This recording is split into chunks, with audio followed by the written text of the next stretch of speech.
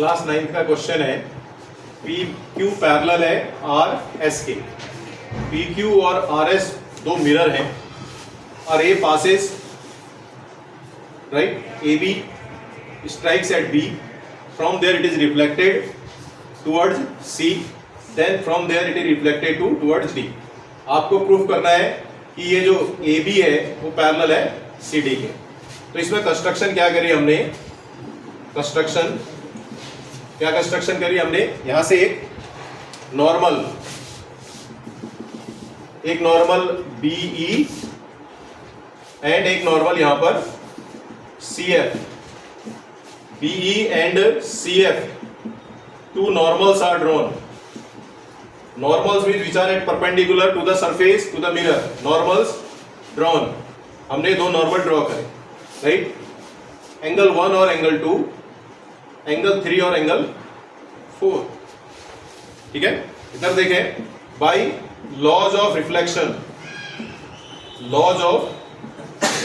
के द्वारा angle 1 equal to angle 2 और एंगल 3 इक्वल टू एंगल 4।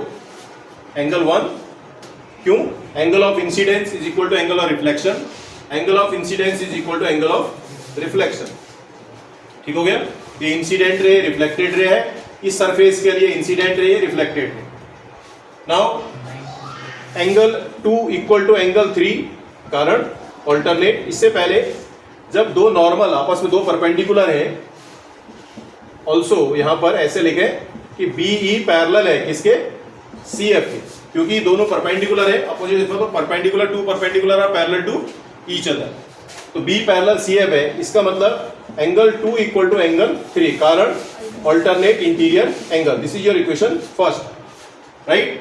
और यहां पर एंगल जो 4 है इक्वल टू किसके बराबर, एंगल 3 के बराबर।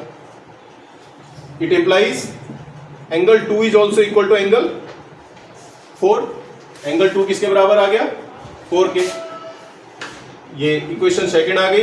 Else it implies angle 1 also equal to angle 3, equation third right.